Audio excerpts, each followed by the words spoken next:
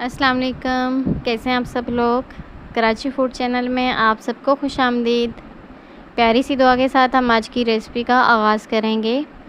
जहाँ भी रहें खुश रहें, आबाद रहें और हंसते मुस्कुराते रहें।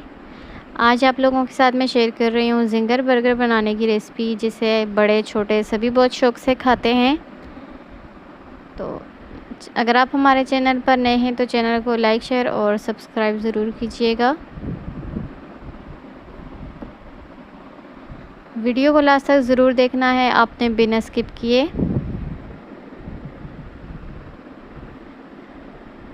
बर्गर बनाने के लिए गोश्त लिया है मैंने आधा किलो,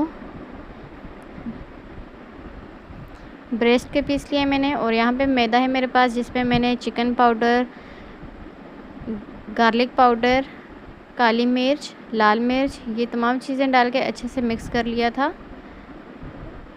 बाकी के पीस मैंने बना के तैयार कर लिए हैं, सिर्फ 2 पीस रहते थे, जो मैं आपके सामने इनको तैयार करूँगी कि कैसे हम इसके क्रम्स बनाएंगे। तो हमने अच्छे से मैदे के अंदर इसकी कोटिंग करनी है। कोटिंग करने के बाद हमने इसे ठंडे पानी में डिप करना है। 30 सेकंड के लिए हमने पानी के अंदर ही छोड़ना है, और 30 सेकंड बाद हम इसे फिर से मैदे में डाल लेंगे और इसे अच्छे से कोटिंग कर लेंगे मैदे के साथ। और हाथों की मदद से हमने दबा दबा के इसको कोटिंग के साथ हमने अच्छे से इसे कोट कर लेना है। तो यहाँ पे आप देख सकते हैं कि ये एक चिकन का पीस बनकर तैयार हो चुका है।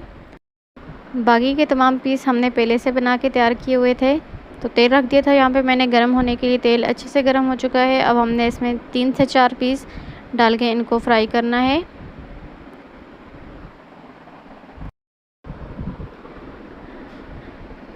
अच्छा, जैसे ही हम इसमें चिकन डालेंगे तो हमने फ्लेम को लो टू मीडियम पे कर लेना है। 3 से 4 मिनट के लिए हम एक साइड से पकाएंगे और 3 से 4 मिनट के लिए हमने दूसरी साइड पे।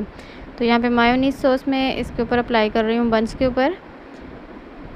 ये सॉस बनाने के लिए मायोनीज़ लिया था मैंने 5 खाने के चम्मच, और इसमें मैंने 2 खाने के चम्मच मस्टर्ड पेस्ट डाला था, और हाफ़ टी स्पून काली मिर्चों का पाउडर और हाफ़ टी गार्लिक पाउडर।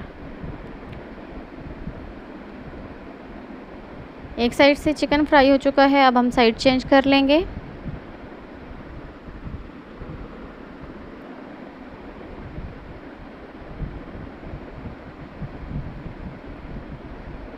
यहाँ पे चिकन दोनों साइडों से बनकर तैयार हो चुका है। अब हम इसे निकाल लेंगे और बाकी के जो दोनों पीस हैं उन्हें भी हम फ्राई कर लेंगे।